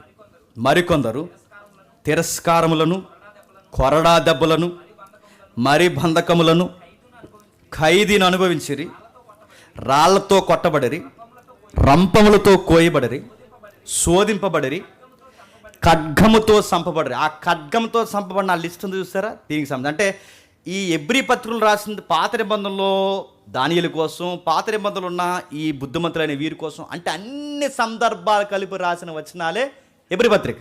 అందులో మనకు కావాల్సింది ఖడ్గాల చేత అరణ్యాలకు పారిపోయి ప్రభు కొరకు చనిపోయిన బుద్ధిమంతుల జాబితా ఎవరంటే ఇదిగో ఈ విప్లవంలో ప్రాణాలు అర్పించిన మక్కాబీలైన నీతిమంతులు. మక్కీబులు అంటే మీరు ఎవరు ఉగ్రవాదులు అనుకోకండి. ఏ విప్లవమైనా ముందు మంచిగానే స్టార్ట్ అవుద్ది. పరిసయ్యుల విప్లవమైనా ఏదైనా మంచిగానే స్టార్ట్ అవుద్ది. రానే చెప్పండి రాజకీయ రంగులను అలవాటు చేసుకున్నారు. వీళ్ళు భక్తిగానే స్టార్ట్ చేశారు, భక్తిగానే ప్రారంభించారు, ధర్మశాస్త్రం కోసమే నిలబడ్డారు, కానీ రాను పాడైపోయారు. ఇప్పుడు మనకు కావాల్సిన చరిత్ర ఏంటి అసలు మక్కాబీలంటే? అసలు ఏంటి మక్కాబీలంటే? మక్కాబీలకి మూలపురుషుడు ఉన్నాడు, అతని పేరు మత్తియాస్ అంటారు. మతే కాదు, మత్తియాస్. ఇదిగో చూడండి, కొంచెం చరిత్ర చెప్తాను వినండి. మత్తియాస్ అంటే ఎవరంటే మోడిన్ అనే ప్రాంతం ఉంటుంది. యెరూషలేముకి వాయువ్య దిశగా ఉండే ప్రాంతం మోడిన్. ఆ ఏరియాలో యాజకుడిగా పనిచేస్తాడు. ఎవరు? ఇది కత్తట్టుకున్నాడు చూసారా? ఆయన పేరే మత్తియాస్. ఎవరైతే ఉన్నాడో ఆయన యాజకుడిగా పనిచేస్తే గవర్నమెంట్ ఒత్తిడి చేస్తుంది. ఏమనంటే సిరియన్ గవర్నమెంట్ ఇన్వాల్వ్ అయ్యి సిరియా దేవతలను అక్కడ తీసుకొచ్చి ఈ ప్రభుత్వాలు ఒత్తిడి తెచ్చి మా దేవతకి బలివ్వయ్యా యాజకుడు అని చెప్పి ఈ ధర్మశాస్త్ర యాజకుడిని బలిమ్మని అడిగితే ఇతను అంటాడు, ప్రాణాలైనా కోల్పోతాను కానీ నా దేవుడికి వ్యతిరేకంగా మరొక దేవతకి నేను బలివ్వనగాక ఏమనంటాడు. మొత్తం మీద అని చాలా బలంగా నిలబడతాడు ఈ మత్తియాస్ ఎవరైతే బలంగా నిలబడతాడో ఆయన నిలబడిన తర్వాత సరిగ్గా టైంలో యూదుల్లో ఉన్న ఒక యవనస్తుడు, ఒక యూదుడు వచ్చి యాజకుడు చేయని పనిని ఈ కుర్రగాడు వచ్చి ఆ గవర్నమెంట్ చెప్పినట్టుగా ఆ దేవతకి ఆ బలిపేట మీద బలిస్తే చూస్తూ ఉన్న తన పరిత్యాపం తట్టుకోలేక, కోపం తట్టుకోలేక పక్కనున్న కత్తిని తీసి ఆ యూదుడైన యువకుడి యొక్క తల నరికేస్తాడు. ఎవరు? మత్తియాస్. ఆ మత్తియాస్ ఎప్పుడైతే యాజకుడికి ఉన్న ఆయన కత్తి బట్టి ధర్మశాస్త్రానికి దేవుడికి వ్యతిరేకమైన పని చేస్తారో అని చెప్పి ఎప్పుడైతే ఈ మత్తియాస్ నరికేస్తాడో ఆ మత్తియాస్ నైట్కి నైటే నేషనల్ హీరో అయిపోతాడు. అర్థమవుతుందా? నైట్కి నైటే, రాత్రికి రాత్రి ఎప్పుడైతే నేషనల్ హీరో అయిపోతాడో మోడిన ప్రాంతం నుంచి ఒక్కసారిగా జాతీయ హీరోగా మారిపోతే ఆ మత్తియాస్ నుంచి ఎవరైతే ఉన్నారో ఆ మత్తియాస్ నుంచి విప్లవం ప్రారంభమైతే ఆ మత్తియాస్ నుంచి వచ్చిన సౌండే చెప్పండి మక్కాబీలు. అర్థమైనట్టే. మత్తియాస్ అంటే ఈయన దగ్గర నుంచి ప్రారంభమైంది. ఈయనకి సుమారు 4 కొడుకులు పుట్టారు. జాన్, సైమన్, జోడాస్, ఎలియాజర్, ఎవరైతే జోధాన్ ఎవరైతే ఉన్నారో ఈ 4 కొడుకులు పుడతారు. ఈ 4 కొడుకులు పుట్టిన తర్వాత బాగా వినండి, మత్తయ్యకి సుమారు 5 కొడుకులు పుడతారు. ఈ 5 కొడుకులు పుట్టిన తర్వాత మత్తయ్య చాలా కాలం మంచి విప్లవం ప్రారంభించి యెరూషలేముకి, పరిశుద్ధ స్థలానికి, పరిశుద్ధ గ్రంథానికి వీళ్ళు వారియర్స్గా నిలబడతారనమాట. ఎవడొచ్చి గ్రంథాన్ని టచ్ చేసినా, ఎవడొచ్చి దేవాలయాన్ని టచ్ చేసినా మేము బతుకుండగా ఎవడో టచ్ చేయడానికి వీల్లేదని ఆ రోజుల్లో 6,000 నుండి 8,000 మందిని టీంను ఫామ్ చేస్తారు. ఎవరు? అలా వచ్చింది మక్కాబీల పోరాటం. మక్కాబీలు అంటే అందరూ చెడ్డోళ్ళు అనుకోకండి. మక్కాబీల్లో మంచోడు ఎవరో తెలుసా? మక్కాబీల్లో మంచోడు గమలీయేలు ఉన్నారు చూసారా? ఆయన మక్కాబీలే. ఆ గమలీయేలు యొక్క గురువు దగ్గర నెంబర్ 1 స్టూడెంట్ ఎవరు? పౌలు గారు. అంటే ఇదంతా ఒకటే బ్యాచ్ అన్నమాట. పౌలు గారు ఎందుకంత కసిగా క్రైస్తవుల మీదకి కత్తి చూశాడంటే ధర్మశాస్త్రాన్ని క్రైస్తవులు పాడు చేసేస్తున్నారని ఫీలింగ్ వాళ్ళకి. వాళ్ళ టీం యొక్క ఉద్దేశం ఏంటి? ధర్మశాస్త్ర ఉద్దేశాల్ని దేవాలయం కాపాడటమే కదా వాళ్ళ ఉద్దేశం. దాని కొరకేగా ధర్మశాస్త్రం చదువుతున్నారు, దాని కొరకేగా వాళ్ళ పోరాటం చేస్తున్నారు. అందుకే అది క్రైస్తవ మతం క్రీస్తుకు సంబంధించిందని పూర్తిగా ఎరగలేని టైంలో క్రైస్తవులు ఎందుకు చంపుతున్నారంటే వీళ్ళు అసలు ఉన్నదే పోరాటాలు చేయడానికి. పౌలు గారు మక్కాబీల టీంకి సంబంధించినట్టు అంటే అవును, పరిసయ్యులు మక్కాబీలకు సంబంధించినట్టే అవును. అంటే వీళ్ళ ప్రత్యేకింపడిన దేనికంటే అధికారులను ఎదిరించే విప్లవకారులు అన్నమాట. ఎవరు? ఈ ఎవరైతే ఉన్నారో మక్కాబీలు. ఈ మక్కాబీలకు సుమారు 5 కొడుకులు పుడితే ఆ తర్వాత బాధ్యతలు మత్తియాస్ చనిపోతే, ఆ చనిపోయిన తర్వాత ఈ బాధ్యతలు జోడాస్ అంటే యోధాకు అప్పగిస్తారు. యోధాకి ఎప్పుడైతే ఈ బాధ్యతలు అప్పగిస్తారో క్రీస్తు పూర్వం 165లో జోడా ఆధ్వర్యంలో అంటే యోధ ఆధ్వర్యంలో క్రీస్తు పూర్వం 165లో ఈ ఎపిఫనస్ గారు నిలబెట్టిన జియో దేవత ఉంది చూసారా, జియోస్ దేవత. ఈ దేవతని బలిపీఠాన్ని ఈ కొడుకు అంటే ఈ మత్తియాస్ కొడుకు ఎవరైతే యోధ ఉన్నాడో క్రీస్తు పూర్వం 165లో ఆ దేవత బొమ్మనే బలిపీఠాన్ని యోధ ఆధ్వర్యంలో పూర్తిగా ఆ బలిపీఠాన్ని విగ్రహాన్ని పడగొట్టేస్తాడు. అప్పుడు అంటాడు, ఎపిఫనస్ వస్తాడో, వాళ్ళ అయ్యి వస్తాడో, వాడు తాసు వస్తాడు, ఎవడొస్తాడు రమ్మనండి, మా దేవుని మందిరాన్ని మమ్మల్ని తొక్కేళ్ళమని అని చెప్తారు. చాలా స్ట్రాంగ్గా నిలబడతారు. వాళ్ళు చేసే ఫైట్కి ఆశ్చర్యపోతారు. ఆ తర్వాత ఎప్పుడైతే చేశారో ఆ మందిరంలో ఉన్న పూర్తి దరిద్రాన్ని బయటికి వెళ్ళగొట్టేసి పరిశుద్ధ స్థలంలోకి ఇంకా అపవిత్రమైనది ఏది రాకుండా మన తరతరాల కాపాడాలని ఒక నిర్ణయం తీసుకుంటే ఆ నిర్ణయానికి 3 సంవత్సరాల వరకు ఎవ్వరూ దరిదాపులకు రాకపోతే ఆ 3 సంవత్సరాల తర్వాత ఫెస్టివల్ సీజన్ ఒకటి స్టార్ట్ చేస్తారు. బాగా వినాలి. ఒక పండగ ఇందు అంటే ప్రతిష్ట. ఏ ప్రతిష్ట? మళ్ళీ దేవాలయంలో పవిత్ర ప్రతిష్ట మేము పునర్నిర్మాణం చేసాం కనుక ప్రతిష్ట పండుగ. ఇందు అంటే లవ్ ఫీస్ట్ పండుగ ఒకటి స్టార్ట్ చేస్తే ఆ పండుగకి ప్రభు అయిన యేసుక్రీస్తు వారు అటెండ్ అవుతారు. ఎక్కడ చూద్దాం ఒకసారి, యోహాను సువార్త త్వరగా ముగించేద్దాం. యోహాను సువార్త 10వ అధ్యాయం 22వ వచనం నుండి. యోహాను సువార్త 10వ అధ్యాయం ఆలయ ప్రతిష్ఠ పండుగ. బాగా వినండి. ఆలయ ప్రతిష్ఠ పండుగ అంటే సొలొమోను ప్రతిష్ఠించిన ఆలయ ప్రతిష్ఠ పండుగ కాదు ఇది. ఆలయ ప్రతిష్ఠ పండుగ ప్రభు వెళ్ళాడుగా ఈ 10వ అధ్యాయంలో. ఈ ప్రతిష్ఠ పండుగ ఎప్పుడు?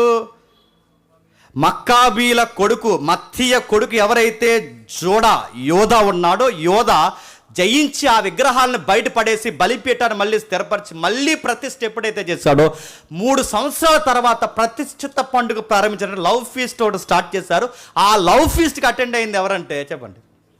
అందుకే క్రొత్త నిబంధనలో సడన్గా ఈ ప్రతిష్ఠిత పండుగ ఏంటి అనుకుంటాం. మీరు దేవాలయ ప్రతిష్ఠ పండుగ పాత నిబంధనలు ఎక్కడైనా ఉందా? లేదు. మరి సడన్గా ఈ పండుగ ఎలాగొచ్చింది? ఎలా వచ్చిందో సడన్గా మనకు తెలియాలంటే చెప్పండి. 400 సంవత్సరాల్లో ఏం జరిగిందో తెలిస్తే కానీ ఇలాంటి వచనాలు తేగావు. అందుకే హిస్టరీ చదువుతున్నాం మనం. గమనీయాలంటే ఏంటో తెలియాలంటే 400 సంవత్సరాల్లో ఏ విప్లవాలు వచ్చాయో తెలియాలి. పరిసయ్యులంటే ఏంటో తెలియాలంటే 400 సంవత్సరాల్లో ఏం జరిగిందో తెలియాలి. ఈ సద్దుకాయల గొడవ ఏంటో తెలియాలంటే 400 సంవత్సరాల చరిత్రలో ఏం జరిగిందో తెలియాలి. ఇంత పిక్చర్ మనకు అర్థమైతేనే క్రొత్త నిబంధనలు ఈ భాష ఇదా, ఈ వ్యక్తులు ఇదా, ఈ పండగ ఇదా, ఇది ఇందుకు వచ్చిందా, ఇదన్నీ మనకు అర్థమైతేనే చెప్పండి క్రొత్త నిబంధన అర్థం చేసుకునే అవకాశాలు మనకు ఎక్కువ. అందుకే ప్రభు అయిన యేసుక్రీస్తు వారు నీకు నాకు నేర్పిస్తున్న ఈ ప్రతిష్ఠ పండుగలు ఆయన వెళ్ళి అని చెప్తాడు. ఆ తర్వాత ఆ దేవాలయాన్ని చూపించి అది చూపించి ఇది చూపించి రకరకాలు చేస్తారు. కానీ గుర్తుపెట్టుకోండి, ప్రభు ఒక మాట అంటాడు, మీరు దేవాలయాన్ని కాపాడుతున్నారు, దాన్ని పునర్నిర్మాణం చేస్తున్నారు, దాని రాతి మీద రాయి నిలబడిన ఒక కాలం రాబోతుంది. మీరు గుర్తుపెట్టుకుని ఆ దేవాలయం కాపాడడం కాదు అయ్యా చెప్పండి. ఈ దేవాలయాన్ని చూడండి, ఇది 3వ దినాన్ని తిరిగి లేపుతాను, ఇప్పుడు దేవుడుండే ఆలయం అది కాదు చెప్పండి. ఇది మీరు ఎంతసేపు ఈ భౌగోళిక ఆలయాలు కాపాడాలనుకుంటున్నారు తప్ప ఎక్కడ అపవిత్రం అవ్వకూడదు అనుకుంటున్నారు తప్ప అపవిత్రత ఎక్కడ ప్రారంభమైందంటే చెప్పండి, అసలు దేవాలయంలో ప్రారంభమైంది. పూర్తిగా వాళ్ళ ఫిలాసఫీని కొట్టిపడేశాడు. పూర్తిగా వాళ్ళు విప్లవం తీశారు. దేవుడు అంటే మీకు పిచ్చి ఉంది, దేవుడు అంటే మీకు బాగుంది. మీరు చెప్పే నీతి పాఠాలు ఎవరు చెప్పరు, అంత బాగా మీరు టీచింగ్ ఇస్తారు, బాగా మాట్లాడతారు. పాత నిబంధన ఏళ్ళు మేము మాట్లాడతారు, నిబంధన నెరవేర్చడానికి మీరు పిచ్చెక్కిపోతారు. మీరు దేవుని కోసం ఆసక్తి గలవారైనను మీ ఆసక్తి వాక్యానుసారమైంది కాదన్నాడు. పరిసయ్యుల్ని మాట్లాడితే తిట్టాడు. అసలు పరిసయ్యుల జోలికి ఎవరు వెళ్ళరండి, గుర్తుపెట్టుకోండి. పరిసయ్యుల జోలికి ఎవరు, ఎందుకంటే వాళ్ళు విప్లవకారు, వాళ్ళ నోట్లో నోరెడితే బతుకుతారా? అలాంటి వారిని ప్రభు మాట్లాడితే ఏమన్నా చెప్పండి, ఇలా ఏలెత్తి చూపించి ఏమన్నా చెప్పండి, పులిసిన పిండి వేషధారులారా అన్నాడు. ప్రారంభంలో మత్తీయ మంచి ఉద్దేశం కలిగిన వాడే, ప్రారంభంలో వాళ్ళ కొడుకులు మంచి ఉద్దేశం కలిగిన వారే. ప్రభు కాలంకి వచ్చేసరికి వాళ్ళ విప్లవాలు వ్యాపార విప్లవాలుగా మారిపోయి వాళ్ళ మోతుబరితనం సంత వీధుల్లో వందనాలు చేపించుకునే స్థితికి తెచ్చేసుకున్నారు. మేము లేకపోతే సంఘాలు లేవు, మేము లేకపోతే సమాజ మందిరం లేదు, మేము లేకపోతే ధర్మశాస్త్రం ఉండదు, ఇంకంటే మేము లేకపోతే అనే ఫీలింగ్ వచ్చేసరికి ప్రభు అన్నాడంటే మీకు వేషధారణ ఎక్కువైపోయింది అన్నాడు.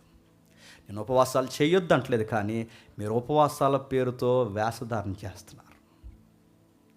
నేను ప్రార్థన చేయొద్దు అంటలేదు, కానీ ప్రార్థన మీరు బహిరంగంగా నిలబెట్టి మీరు ఏం చేస్తున్నారంటే ప్రార్థన వ్యాపారంగా మార్చేస్తున్నారు. ఇతరులకి సహాయం చేయొద్దు, ఎవరికి పంచొద్దు, ఎవరికి పరిచయం చేయొద్దని నేను చెప్పలేదు, కానీ అందరికీ పరిచయం చేసి 10 రూపాయలు సహాయం చేసి మీరు ఏం చేస్తున్నారంటే 100 రూపాయలు పబ్లిసిటీ చేసుకుంటున్నారు. మీరు చేసే పనులు, ఒకరోజు దేవాలయంలో దేవుని కోసం చనిపోతానన్న మీరే ప్రవక్తలను చంపడానికి కాలు దూవుతున్నారు. మీరు స్వదాసి ప్రజలను కాపాడుతానన్న మీరే నీతిమంతులైన జకరియా లాంటి వారిని చంపడం మీ పితరుల దగ్గర నుంచి ప్రారంభించేశారు. బుద్ధి లేదు అసలు మీ స్టాండింగ్స్ ఏంటి, మీ విప్లవాలు ఏంటి, మీరు ఎలాంటి నిర్ణయాలు తీసుకుని ఇప్పుడు ఎత్తుకు ఇలా అనగారిపోయారు. కాపాడవలసింది ప్రజలను, కాపాడవలసింది భక్తుల్ని, కాపాడవలసింది దేవుని యొక్క నీతిని, కానీ మిమ్మల్ని మీరు కాపాడుకోవడానికి మీరు అవసరమైతే సముద్రాలైనా తిరుగుతారు. మీరు ఈ తట్టు నుంచి ఆ తట్టుకు తిరిగి మీ మతంలో, మీ విప్లవాల్లో కలుపుకోవడానికి అడిగి ఎంతైనా పిచ్చెక్కించేస్తారు. మీకు మనుషులను చంపడం అంటే చాలా ఈజీ, మేకలను కోసినంత ఈజీగా చంపుతారు. మీరు జాలంటే తెలియదు, దయ అంటే తెలియదు, కేవలం దేవుడి పేరు చెప్పుకొని ఎంతమందిని చంపుతున్నారు మీరు అని అడిగాడు. మంచి ఉద్దేశాలతో ప్రారంభమైన మక్కాబీల పోరాటం ప్రభువు చేత ఉమ్మి వేయించుకునే స్థితికి వాళ్ళ పోరాటం దిగజారిపోయింది. ఏ పోరాటమైనా, ఏ విప్లవాలైనా, ఏ కార్యక్రమం అయినా మంచిగానే ప్రారంభమవుతాయండి, కానీ రాను రాను జాడ్యం ఏంటి చెప్పిన నేను అనే ఫీలింగ్ వస్తుంది చూసారా, ఆ ఫీలింగ్ పూర్తిగా మంచి భావాలను చంపేస్తుంది. స్వనీతి అనే ఒక పెద్దపేట ఉంటుంది చూసారా, ఆ స్వనీతి ఇతరులని తక్కువ చేయడం స్టార్ట్ చేస్తుంది. వాళ్ళ పేర్లు పెట్టుకుంటూ తిరుగుతున్నారట. పరిసయ్యులు, శాస్త్రులు, సద్దుకాయలు ఎవరైతే ఉన్నారో వీళ్ళందరూ కలిసి ఇదిగో ఆ బయటికి లాక్కొచ్చి ఈవిడ పాపాత్మురాలుగా ఏమంటావు ఈవిడ్ని అని అడిగారట. ఈడి పుణ్యాత్ముడా, ఆడికి చిన్నప్పటి నుంచి వాళ్ళ అమ్మ నాన్న ఏదో పాపం చేస్తాడు, గుడ్డోడుగా పుట్టాడు, ఏమంటావు? వాళ్ళ అమ్మ నాన్న పాపాలు ఆడి మీద పడలేదంటావా? ఇతరులని తక్కువ చేసుకుంటూ తామే నీతిమంతులను తిరిగి ఒక గర్వపు కొమ్ము మొలిసింది. వీళ్ళకి ఎవరికి చెప్పండి? పరిచయాలకి. మంచి విప్లవాలతో ప్రారంభమైన వేళ్ళు ఇతరులకు పేర్లు పెట్టుకుంటూ ఈ మధ్యకాలంలో ఎక్కడ లేని సోషల్ మీడియా పరిస్థితులు ఎక్కువైపోయారు. మీరు చూసారు లేదు? ఏదైనా ఒక పోస్ట్ పెట్టండి, పరిస్థితులు అందరూ చేద్దరు కామెంట్లు చేయడం, ఏదైనా ఒక మంచి మాట మాట్లాడండి, కామెంట్ చేయాలి. నీకు ఉద్దేశం ఏంటో, విషయం ఏంటో ఏది పూర్తిగా తెలియకుండా, నీకు కనీసం సీన్లోకి వచ్చి నువ్వు చూడకుండా నువ్వు ఎలా కామెంట్ చేయాలనుకున్నావు? మా జనరేషన్లో ఉన్న పరిసేయుడు నువ్వు, మాకు తెలుసు నువ్వు పరిసేయుడివి. నువ్వు పూర్తిగా స్వనీతితో బతుకుతున్న పరిసేయుడు నువ్వు. నీ మాటల తోటాల చేత, నీ కత్తిల్లాంటి మాటల చేత అవసరమైతే ఎదుటోడిని చంపేసే ప్రయత్నం చేస్తావు. స్వనీతి గుర్తుపెట్టుకోండి. నేను నీతిమంతున్నాను అనుకోవడం కూడా పాపం ముసుగేసుకున్న లక్షణం అన్న సంగతి బైబిల్ చాలా బాహాటంగా చెబుతుంది. ఆ బాహాటపు ముసుకాలకు తీసి చెబుతున్నా వాళ్ళ కళ్ళు కనబడలేదు, ఎందుకంటే వాళ్ళ సమాధులకు సున్నం కొట్టినట్టు అయిపోయారు వాళ్ళు. అందరికీ పేర్లెట్టుకుంటూ తిరుగుతారు మీరు, అందరికీ పేర్లెట్టుకుంటూ తిరుగుతారు. ఇది ఒక దరిద్రం ఉందండి సంఘాల్లో. ఆడు మంచోడు కాదు, ఈడు మంచోడు కాదు. అవునులే, ఎవడ మంచోడు కాదు బైబిల్ చెప్పింది, ఎవడ మంచోడు కాదు, నువ్వే మంచోడు. నీకు ప్రభు అయిన యేసుక్రీస్తు కూడా అవసరం లేదు, నీకు నువ్వే మంచోడివి. ఈ తరానికి మాకు గమనయ్యలేవు, నువ్వు చెడిపోయిన సౌలులు మేము. అడుగుతున్నాను. మళ్ళీ పరిచయాలు ఉన్నారు, మళ్ళీ శాస్త్రులు ఉన్నారు. అంటే వీళ్ళు ఎలా వచ్చారంటే మంచి ఉద్దేశాలతోనే వచ్చారు, కానీ రాను రాను వీళ్ళు ఎలా అయిపోయారంటే పూర్తిగా వాళ్ళ విప్లవాలు పక్కదారి పట్టించారు. ప్రభు అయిన యేసుక్రీస్తు వారు పండక్కి వెళ్ళి వాళ్ళ ఆఫీస్లో నిలబడి అన్నాడు, ఇది కాదు విప్లవం అంటే. కుష్ఠరోగులు వెళ్ళేసి దూరం పెడుతున్నారుగా, కుష్ఠరోగులు చేతులు పట్టుకోండి, అది విప్లవం అంటే. వ్యభిచారం అని వ్యభిచారిని ముద్రేస్తున్నావుగా, ఆ వ్యభిచారిని కూడా అమ్మా అని పిలవడం విప్లవం అంటే. ఆడు ఎలా అంటోడు, ఈడు ఎలా అంటోడు, వాడు అలా అంటోడు, వీడు ఎలా అంటోడు, వాడు యూదుడు, సమరయుడు, గ్రీక్ అని పేరెడుతున్నావుగా, కాదు. ఇక్కడ దేవుని స్వరూపం మనం ప్రేమించి, ఇది విప్లవం అంటే. ప్రతి ఒక్కరిని ప్రేమించడం నేర్చుకో, ప్రతి ఒక్కరిని బాధించడం కాదు, గౌరవించడం నేర్చుకో. అన్యుల్ని ఎవరినైనా మీ దరిదాపులు రాణిస్తున్నారా మీరు? పరిసయ్యుల ఏరియా నుంచి వెళ్ళరు మీరు, కనీసం వాళ్ళ నీడ కూడా పడినెవరు. ఇంకేంటి మీరు దేవుడికి ఎరగదీసేది, ఒరిగేది మీ వల్ల? మీకు డిస్టెన్స్లు, బార్డర్లు, మెయింటెనెన్స్లు అన్నీ. మీ స్టేటస్ ఎక్కడైనా తగ్గిపోద్దేమో అని ఇలా ఎవరికి పడతారు వందనాలు చెప్పరంటే, ఎవరికి ఎల్లో అయ్యో ఈ సమరయ స్త్రీకి వందనాలు చెప్తారా మన గౌరవపోతుగా, అయిన ఈవిడితో ఈ టైంలో మాట్లాడకూడదు అనుకుంటారంట. ఎవరు చూసారా?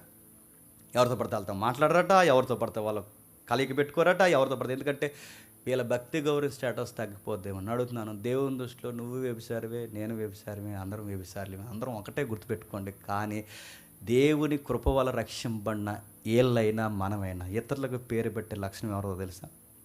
పరిసయ్యులు. గుర్తుపెట్టుకో. ఆ పరిసయ్యుల బుద్ధి ఏదైతే వచ్చిందో, ఆ పరిసయ్యుల బుద్ధి ప్రభు చాలా తీవ్రంగా ఖండించాడు. ప్రభు అన్నాడు, ఇది మారాలి. ఆ తర్వాత ఈ కొడుకు ఎవరైతే ఉన్నాడో యోధ క్రీస్తు పూర్వం 161లో సిరియాతో యుద్ధం చేస్తున్నప్పుడు ఈ కొడుకు చచ్చిపోయాడు. ఇలా నాయకులు చనిపోయిన తర్వాత విప్లవాలు తప్పుదారిపోయాయి. విప్లవం ఎప్పుడు బలంగా ఉంటుందంటే, నా ఆవేశం నా వెనకలోడికి ఉన్నప్పుడే విప్లవం బాగుంటుంది. ఆడే ఆవేశం ఆ తర్వాతోడికి ఉన్నప్పుడే బాగుంటుంది. మా విప్లవాలు కాలు రాసి దాన్ని పూర్తిగా మంట కలిపి దాన్ని ద్రవ్యానికి అమ్మేశారనుకోండి, అక్కడి నుంచి ఈ సంఘాలు ఏమవుతాయి చెప్పండి? దారి మళ్ళీపోతాయి, అలాగే పాడైపోతాయి. అందుకే చూడండి, కొంతమంది దైవజనులు బతుకున్నంతకాలం వాళ్ళ సంఘాలు ఎన్ని సంఘాలకు మాదిరో, వాళ్ళు వెళ్ళిపోయిన తర్వాత ఆ సంఘాలు ఇప్పుడు వాళ్ళ ఆస్తులు కోట్ల చుట్టూ తిరుగుతున్నాయి, కోర్టులో కేసులు వేసుకుని తిరుగుతున్నారు. ఒకప్పుడు దైవజనులు వాళ్ళు ఉన్నంతకాలం ఎంత వెలుగో ఆ సంఘాలకి, వాళ్ళు వెళ్ళిపోయిన తర్వాత నీది ఈ బ్రాంచ్, నాది ఈ బ్రాంచ్, నీది ఆ బ్రాంచ్, ఆ దక్షిణ భాగాన్ని నువ్వు చూసుకో, యాంటిక స్త్రీయుడు, ఆ దక్షిణ భాగాన్ని నువ్వు చూసుకో, ఉత్తర భాగాన్ని నేను చూసుకుంటాను, అక్కడ నువ్వు గోపురం కట్టి, ఇక్కడ గోపురం కట్టి, అప్పుడప్పుడు సంవత్సరానికో మనం పండుగ పెడదాం అన్నారంట. ఆయన ఉద్దేశం ఏంటి, ఆయన భావాలు ఏంటి చూసారా? మత్తేసు లాంటి గొప్ప వ్యక్తులు పోయాక వాళ్ళ కొడుకులు భావాలు పోయిన తర్వాత పూర్తిగా విప్లవం అనగారిపోయింది. ఆ తర్వాత ఏం జరిగింది, వీళ్ళ కల్చర్ ఏంటి, వీళ్ళ విధి విధానాలు ఏంటి, వచ్చే వారం చూద్దాం. అర్థమైందనుకుంటున్నాను ముఖ్యాంశాలు. మీకు హ్యాపీగా ఉండే న్యూస్ ఏంటి చెప్పిన, గ్రీకులు కూడా వదిలిపోయింది అనుకున్నారు కదా, అలా అర్థమవుతలేదు మనకి. ఆ గ్రీకులు అయిపోయారు, మక్కాబీల్లోకి వచ్చాం, ఆ తర్వాత సద్దుకైలు, ఆ తర్వాత ఎన్ని 1 by 1 మనం చూస్తాం, తర్వాత కల్చరల్ బ్యాక్గ్రౌండ్ చూస్తాం, ఆ తర్వాత వీళ్ళ విధి విధానాల్లో చట్టాలు.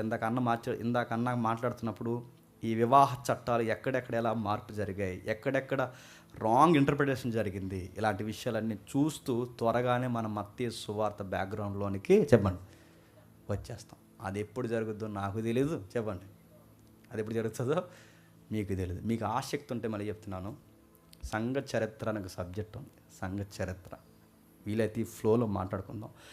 ఆ సంఘ చరిత్ర అంటే రాజమండ్రిలో ఈ హాస్పిటల్ ఎప్పుడు కట్టారు, రాజమండ్రిలో ఈ స్కూల్ ఎప్పుడు పెట్టారు, రాజమండ్రిలో ఉన్న మిషనరీ టెంపుల్స్, అదే మన దేవాలయాలు ఎప్పుడు ఉన్నాయి, కాకినాడ ఎప్పుడు వచ్చింది, గుంటూరు ఎప్పుడు వచ్చింది, ఈ ఏపుకి మిషనరీ ఎప్పుడు వెళ్ళింది, ఈ లోపలికి ఎప్పుడు వెళ్ళింది, మొత్తం సంఘ చరిత్ర అంటే 1వ శతాబ్దం దగ్గర నుంచి ఇప్పటి వరకు సంఘం ఏమేమి విద్య, వైద్యము, రంగము, సైన్స్, డెవలప్మెంట్ అంతా సంఘం ఏం చేసిందని సంఘ చరిత్ర అనే ఒక సుదీర్ఘమైన లెసన్ ఉంటుంది. అది కనుక మీకు అర్థమైతే ప్రజెంట్ మన క్రిస్టియన్ ల్యాండ్ మార్క్ ఏంటో మనకి ఈజీగా చెప్పండి, అర్థమవుతుంది.